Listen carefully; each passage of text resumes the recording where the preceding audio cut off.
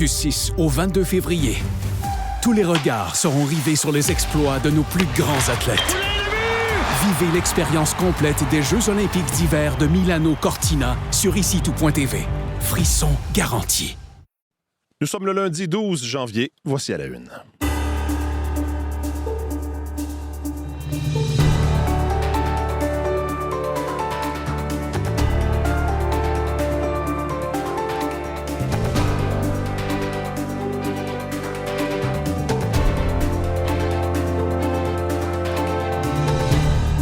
Bonjour, bon lundi 12 janvier. J'espère que vous allez bien. C'est Mathieu Bellumeur au microphone. Oui, vous entendez peut-être ce nouveau thème d'À la une. Petit changement, non, gros changement en 2026 pour l'émission parce qu'évidemment, il y a ce nouveau thème que vous entendez, donc nouvel habillage sonore, mais à partir de la semaine prochaine, nous vous présenterons l'émission en direct au réseau de l'information. En fait, de 5h30 à 6h sur RDI, À la une sera aussi diffusée. Donc, plus d'informations pour les gens du réseau de l'information à compter de lundi prochain. Pour ce qui est de la radio, évidemment, on continue à être diffusé normalement, mais de 5h30 à 6h. Donc, juste avant l'arrivée en ondes de l'équipe de Première Ligne, l'émission sera diffusée. La formule reste la même avec nos collaborateurs et nos collaboratrices qui sont déjà en studio. Élise Jeté est là ce matin aux actualités culturelles. Bonjour Élise. Bonjour Mathieu. Olivier Pellerin au sport. Bonjour Olivier. Bonjour. Et Véronique Méran à la météo. Bonjour. Bonjour Mathieu. Oui, météo qui nous en fait voir de toutes les couleurs. Ça en fin de finit semaine, on a senti le printemps, puis là, tout d'un coup, ce matin, le retour du vent froid. Exactement. Et là, on va sentir l'hiver, le printemps, encore tout mélangé cette semaine. En dents de scie. En dents de scie, on ira avec ça. Est-ce que, on y va avec des conditions plus froides ce matin? C'est assez décapant quand même, ce vent-là, quand ça nous fouette le visage. Alors, des températures qui oscillent entre moins 9 et moins 15 sur le sud du Québec, avec un refroidissement éolien qui nous amène sous la barre du moins 20 par endroit. Un ciel qui est redevenu plus clément sur le sud, le centre, mais les conditions actives se poursuivent dans l'est du Québec, avec cette neige qui est tombée dimanche sur le sud, qui finit de tomber ce matin sur les régions plus à l'est. On a eu en moyenne 10-15 cm. Très lourde, très mouillée, très difficile à tasser. Là, place aux éclaircies ce matin. Il y a un petit peu de neige cet après-midi. On ira avec 1 centimètre ou 2.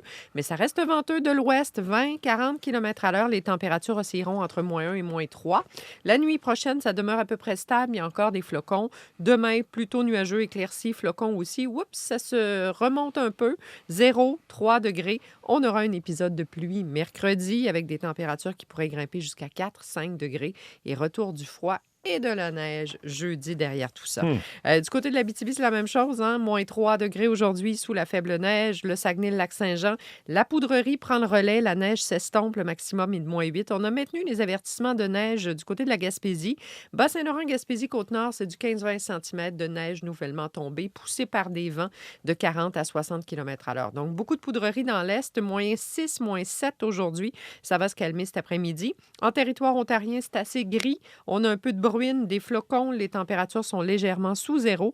Et dans l'ouest, ma foi, c'est la grande douceur. On y va avec 9 à 12 degrés pour Edmonton et Calgary aujourd'hui. Et des conditions plutôt ensoleillées. La pluie forte se poursuit à Vancouver. Il y a des avertissements encore. Il y en est tombé pas mal. Et on ajoute 30 à 40 mm supplémentaires. Nuages et percées de soleil vers Regina. Même chose vers Winnipeg, 2 à 4 degrés. Donc, beaucoup plus doux dans l'ouest.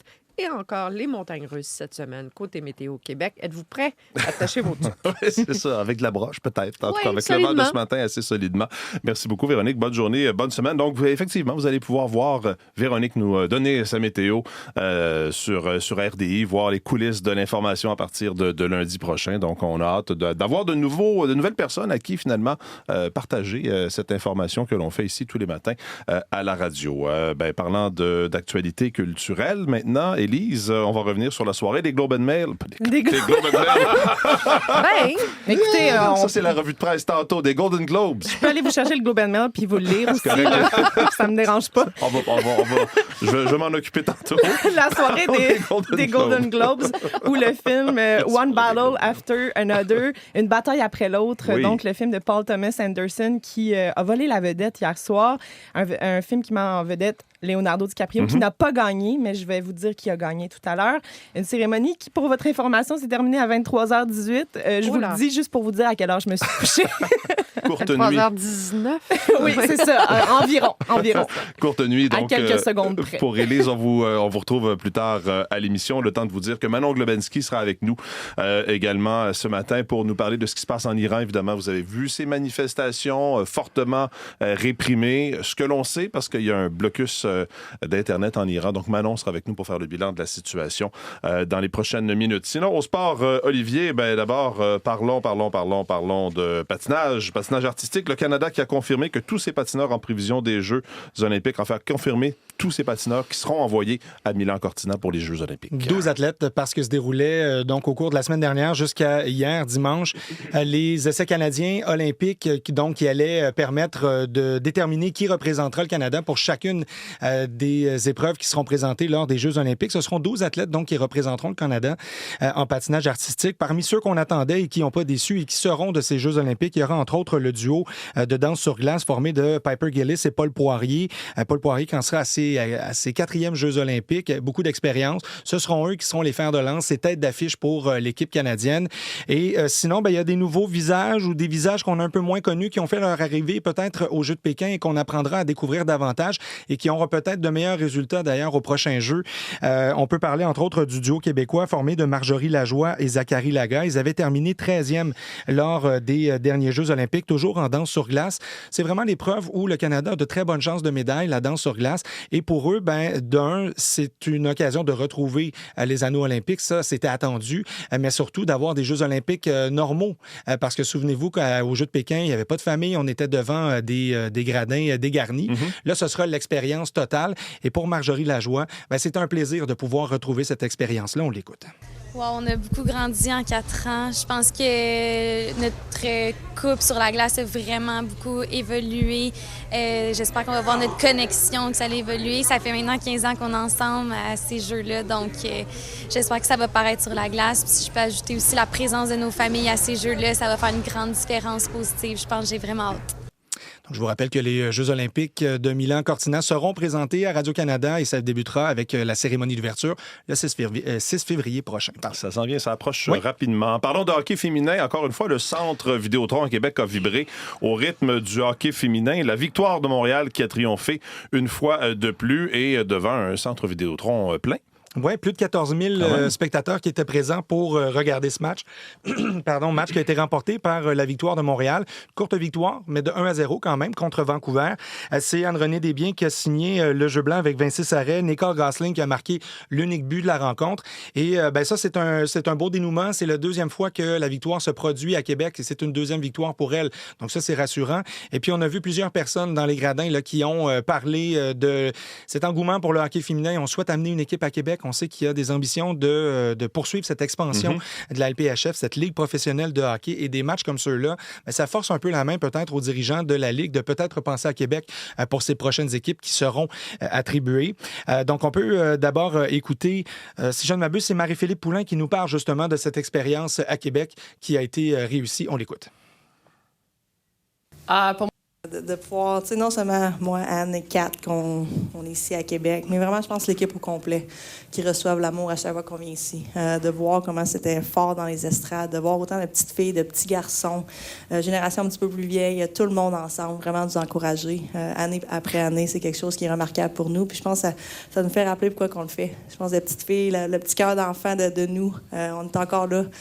Puis je pense que ça nous rappelle pourquoi qu'on le fait. Puis on est super choyés d'avoir eu la chance de jouer ici encore à Québec. Marie-Philippe Poulin qui est de la Beauce, donc de Beauceville, donc connaît très bien la région, très attendue. Il y a aussi Anne-Renée Desbiens qui a signé le jeu blanc hier, qui est de Charlevoix. Pour elle aussi, c'était une soirée bien spéciale, même si c'est les points qui sont les plus importants pour elle. On l'écoute. Pour moi, c'est vraiment l'importance d'avoir 3 points. On sait que le classement dans la Ligue présentement est très serré, donc c'était peut-être pas notre meilleure performance en tant qu'équipe, mais on a trouvé une façon justement en 3e de garder l'avance, de bloquer des lancers. À 5 contre 6, justement, on a fait neutraliser les bâtons, toutes ces petites choses-là. Donc pour moi, aujourd'hui, c'était vraiment important d'essayer d'aller chercher ces 3 points-là dans cette Ligue-là. C'est tellement important, fait que c'était plus ça mes premières passées. Donc, belle victoire de 1-0 à Québec. Maintenant, on reprend la 20 ou peut-être la 40. Je ne sais pas quelle autoroute on utilisera, mais on reviendra donc à Montréal et même à la Place Belle à Laval pour le prochain match qui est demain contre Ottawa. Merci beaucoup, Olivier. Un plaisir. Bonne journée. Au revoir.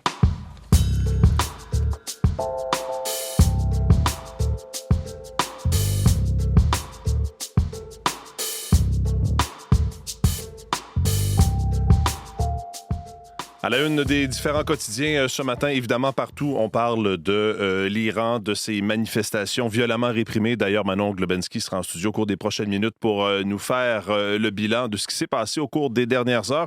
Dans la presse, on a interrogé certains experts qui estiment que le régime pourrait tomber cette fois-ci. Article de Mégane Defoy, le régime au pouvoir en Iran est peut-être plus près du gouffre qu'on ne le pense. C'est ce qu'affirment des spécialistes du conflit, car le peuple n'a plus rien à perdre, lit-on dans la presse, mais l'intervention des États-Unis pourrait changer la donne en offrant, sans le vouloir, une raison aux Iraniens de se ranger à nouveau derrière le gouvernement qu'il dénonce. Et entre autres, le professeur Thomas Junot à l'Université d'Ottawa, donc qui est professeur à l'École supérieure d'affaires publiques internationales de l'Université d'Ottawa, qui estime que le fait qu'il y ait des manifestations, oui, à Téhéran, dans les grandes villes autour, mais ailleurs au pays, ça démontre également toute la force du mouvement. Donc, analyse de plusieurs experts à lire dans la presse de ce matin. En une du Journal de Montréal et du Journal de Québec, il est question d'infirmières en congé forcé. Elles sont plus de 4500, nous apprend le journal de ce matin, à être en arrêt de travail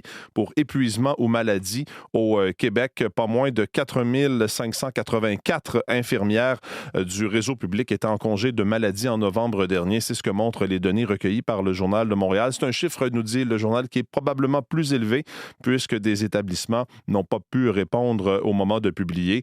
Dans certaines régions, ces absences représentent près de 10 des infirmières et il est question, en tout cas selon le syndicat, de surcharge de travail, de violence de la part de certains patients, d'épuisement, de stress également, qui expliquent ces congés. Vous pourrez lire ça, bien sûr, dans le Journal de Montréal et dans le Journal de Québec de ce matin. Le Devoir parle aussi, évidemment, de la situation en Iran, mais Sébastien Tremblay, à Québec, a préparé et publié un papier sur l'ère des élus influenceurs. Alors, ce sont ces élus qui sont à la tête de villes, des maires, des mairesses, qui décident de se lancer sur les réseaux sociaux, qui font des capsules pour expliquer leur travail, pour résumer des décisions de la ville. Et parfois, c'est très populaire. C'est le cas, entre autres, de la mairesse de Longueuil, au sud de Montréal, Catherine Fournier. Certaines de ces capsules, notamment sur le coût des infrastructures, je me souviens qu'on a beaucoup parlé de ce fameux remplacement de feux de circulation à $1 million. 300 000 personnes qui ont visionné donc cette capsule. Une façon, nous dit le Devoir, pour les élus de communiquer leur travail et de démontrer aux citoyens, finalement, quelles sont les décisions qu'ils prennent et parfois expliquer les raisons derrière certaines décisions. Dans le Globe and Mail de ce matin, encore une fois, l'Iran retient l'attention. Je vous dis, c'est partout et c'est la même chose dans les médias internationaux de ce matin. Mais le Globe and Mail nous apprend que la Cour suprême va se présenter sur le scandale de l'organisme We Charity qui impliquait Justin Trudeau. Semble que ce soit une affaire charnière en droit administratif. Cette affaire-là pourrait avoir de vastes répercussions. Rappelez-vous qu'en 2020, nous dit le Globe and Mail, Justin Trudeau a annoncé que We Charity, un groupe de développement international fondé par les frères Quailberger, administrait un programme d'emploi d'été pour jeunes d'une valeur de 900 millions de dollars, mais il y avait eu des accusations de conflit d'intérêts. La commissaire, en fait, fédérale à l'éthique avait conclu que Justin Trudeau était dans une situation apparente de conflit d'intérêts, mais qu'il n'avait pas enfreint la loi. Ça mettait un terme à l'affaire, mais maintenant, il y a des gens qui contestent effectivement le fait qu'on n'ait pas pu se tourner vers une cour de justice criminelle parce que c'était pas simplement apparent comme conflit d'intérêts, mais il y avait là un véritable conflit d'intérêts. L'appel n'avait pas été possible à l'époque et là, la Cour suprême va entendre l'affaire, donc décision importante éventuellement à venir pour le droit au Canada, le droit administratif, donc à lire en une du Globe and Mail. Et je termine avec Le Soleil qui nous rapporte un événement inquiétant. C'est la résidence d'un directeur d'école de Chaudière-Appalaches qui a été vandalisé par des élèves au cours de l'automne. C'est ce qu'a appris Le Soleil. Ça préoccupe le milieu de l'éducation. On sait, on entend parler de violence en augmentation dans le milieu de l'éducation, mais là, que la résidence d'un directeur d'école soit vandalisée, c'est un pas de plus et ça préoccupe beaucoup. Vous pourrez lire ça dans Le Soleil de ce matin.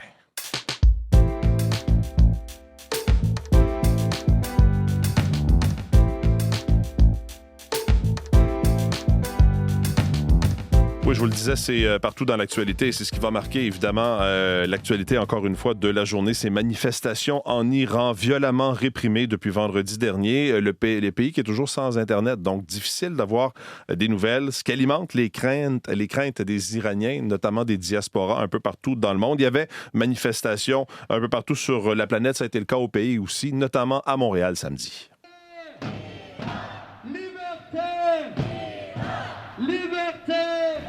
Il y a les dictatoriats, beaucoup de personnes en prison. On a un grand crash financier. On a problème avec partout. Pourquoi? Le peuple iranien, on n'a pas de problème avec personne. Extrait donc d'une manifestante à Montréal le samedi. Manon Globensky est avec nous en studio. Bonjour Manon. Bonjour. Alors, évidemment, le bilan ce matin fait état, encore une fois, de près de 500 morts chez les civils, 50 parmi les forces de l'ordre. Ce sera un bilan quand même à réviser. À réviser. Absolument. Bilan de Human Rights Activist Agency qui se fie à beaucoup d'antennes en Iran et qui est habituellement assez juste. Donc, 496 civils, 48 membres des forces de sécurité. Mais vous le dites, là, avec les multiples messages qui réussissent à passer ça et là, des fois, il y a un peu d'Internet, il y a Starlink aussi pour ceux qui sont connectés au réseau de satellites. Alors, ces messages font état de tirs à balles réelles sur la foule. On se doute donc que le bilan va s'alourdir. Un peu partout, Mathieu, on a pu voir des images de cette morgue au sud de Téhéran, Kazirak, où on voit le rangée après rangée de dépouilles qui s'alignent dans des sacs mortuaires et les gens qui marchent autour pour tenter d'identifier les leurs. Là, c'est vraiment déchirant. La BBC a compté comme ça 180 sacs juste à l'extérieur de la morgue. Est-ce qu'on peut dire que le pays est à un point de bascule? Bien, ce matin, le ministre des Affaires étrangères de l'Iran, Abbas Araghchi, a dit que la situation est totalement maîtrisée, mais il n'a vraiment aucune preuve de cet état de fait. Puis on se dit que c'est dans son intérêt là, de dire ça en ce moment. Il affirme aussi que l'Internet va être rétabli bientôt, on l'espère. Difficile quand même de croire là, qu'avec l'ampleur que ces manifestations avaient, elles regroupent vraiment tout le monde en Iran. C'est partout dans le pays, même les conservateurs, les commerçants très conservateurs, même les minorités en Iran en font partie. Donc, beaucoup croient que ce mouvement a une chance d'aboutir. Par exemple, que l'ayatollah Ali Khamenei pourrait partir, être remplacé par un leadership plus progressiste. Et certains voudraient même croire au retour de Reza Pahlavi, le fils du Shah déchu lors de la révolution islamiste de 1979. Le drapeau royal fait son apparition dans les manifestations. Lui-même, qui vit aux États-Unis, se dit prêt à retourner dès que possible, mais il n'y a pas de mouvement autour de lui, là, pas de programme, et il est très associé à l'extrême droite. Par exemple, il s'était félicité des bombardements américains en juin dernier. Oui, et évidemment, toujours dans l'ombre de tout ça, Donald Trump qui souffle le chaud et le froid et qui évoque une possible intervention militaire. Oui, et par ailleurs, de possibles négociations avec le pouvoir iranien. Oui. C'était à bord d'Air Force One. C'était une révélation étonnante. On va l'écouter. But we may have to act because of what's happening before the meeting. But a meeting is being set up. Iran called, they want to negotiate. L'Iran a appelé et il est prêt à négocier. Aujourd'hui, en Iran, c'est le pouvoir qui appelle à manifester donc pour appuyer le pouvoir. On verra si jamais on réussit à avoir des nouvelles. On va suivre ça avec vous aujourd'hui. Merci beaucoup, Manon. Au revoir. Bonne journée.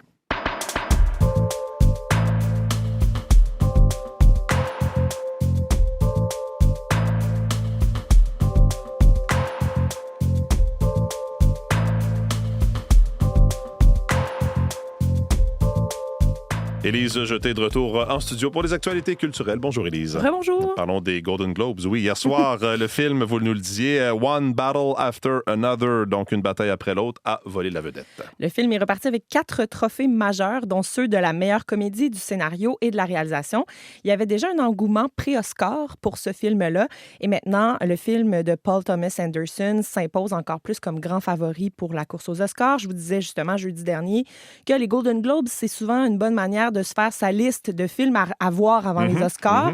Donc, au sommet de la liste, il faut mettre cette tragi-comédie politique qui s'attarde aux fractures idéologiques des États-Unis. Le personnage principal du film est interprété par Leonardo DiCaprio, qui n'a pas gagné le Golden Globes de meilleur acteur. c'est plutôt le bon Timothée Chalamet qui a été récompensé pour Marty Supreme, un film où il joue au ping-pong dans les années 50. Donc, très content d'avoir remporté ce trophée-là.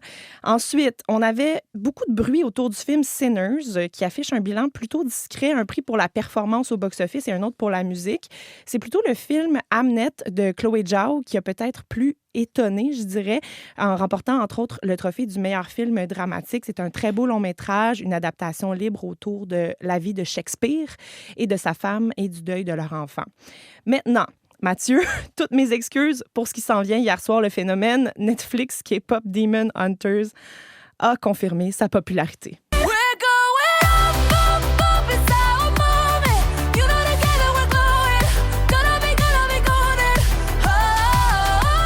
Vous vous excusez de nous la remettre dans la tête pour la journée. Pour au moins 24 heures, là, c'est ça. K-pop Demon Hunters qui a remporté le prix du meilleur film d'animation et celui de la meilleure chanson pour celle que vous venez d'entendre. Donc, c'était la meilleure chanson pour les films des Golden Globes. Le film brésilien L'Agent secret a décroché 2 trophées, dont celui du meilleur film international. L'actrice australienne Rose Byrne a été récompensée pour son rôle de mère à bout de souffle dans If I Had Legs, I'd Kick You. Très bon film. Et il y a eu quelques clins d'œil politiques, Mathieu, hier soir, plutôt discrets, je dirais, mais plusieurs célébrités ont arboré des épinglettes en hommage à René Good, tué la semaine dernière par un agent de l'Agence fédérale de contrôle de l'immigration à Minneapolis, un écusson blanc sur lequel on pouvait simplement lire « Be Good ». Les Golden Globes qui récompensent, oui, des films, mais aussi des séries télé. Oui, c'est la mini-série britannique Adolescence, présentée sur Netflix. Ça fait beaucoup de bruit au printemps dernier, qui s'est le plus démarqué. 4 prix. Ça s'ouvre donc sur l'arrestation d'un adolescent de 13 ans accusé d'avoir tué une camarade de classe. La série s'attarde entre autres à l'influence des réseaux sociaux dans certaines formes de radicalisation masculine chez les jeunes. Et celui qui joue le jeune suspect de meurtre, Owen Cooper, il a 16 ans et il est devenu le plus jeune lauréat dans sa catégorie d'interprétation. Et bon, il paraît qu'il y a une série télé qui n'avait aucune nomination, mais qui a quand même retenu énormément l'attention. Oui, les charmants jeunes hommes de la série canadienne Heated Rivalry, Rivalité passionnée, étaient sur le tapis rouge. On ne parlait que d'eux, Mathieu, sur le tapis. Connor Story et Hudson Williams, qui interprètent des joueurs de hockey de la Ligue nationale, qui sont amoureux, mais qui sont des rivaux. Montréal-Boston, c'est une grande rivalité quand même. L'engouement mondial pour la série qu'on a pu écouter à la fin de 2025 est vraiment hors norme. Plusieurs pays achètent les droits pour la diffusion de la série ces temps-ci et les réseaux sociaux sont vraiment enflammés par cette romance sportive. Je voulais souligner que vendredi dernier, 2 pièces musicales composées par le Montréalais Peter Peter pour la série sont sorties. C'est une belle visibilité pour la musique québécoise dans la série. On peut également entendre des chansons de Dumas, La Bronze, Philippe B, Alpha Rococo. Dans cette série-là, c'est littéralement en train de faire le tour du monde. Donc, c'est très bon pour nos artistes d'ici quand même, Mathieu. Et il y a aussi les Québécois François Arnaud et Sophie Nellis qui font partie de la distribution. Voilà, bon résumé de ces Golden Globes. Merci d'avoir suivi ça pour nous. C'était un grand plaisir de me coucher très tard. Merci beaucoup, Élise. Bonne journée. Alors, ce qu'on va suivre aujourd'hui dans l'actualité, évidemment, la situation en Iran. Vous avez entendu Manon nous parler d'une autre manifestation. Aujourd'hui, manifestation, donc, en appui, si vous voulez, au pouvoir en place. À partir d'aujourd'hui, c'est également officiellement le début de cette course à la direction du Parti libéral du Québec. On a appris au cours des dernières heures que l'ancien homme d'affaires Yves Desjardins-Siciliano, finalement, ne va pas se lancer dans cette course. Et puis, on va suivre aujourd'hui, plus tard cette semaine, à partir de demain, cette visite de Mark Carney en Chine. Voilà donc pour cette édition d'À la Une. Vos équipes du matin prennent le relais dans les prochaines secondes. Bonne journée.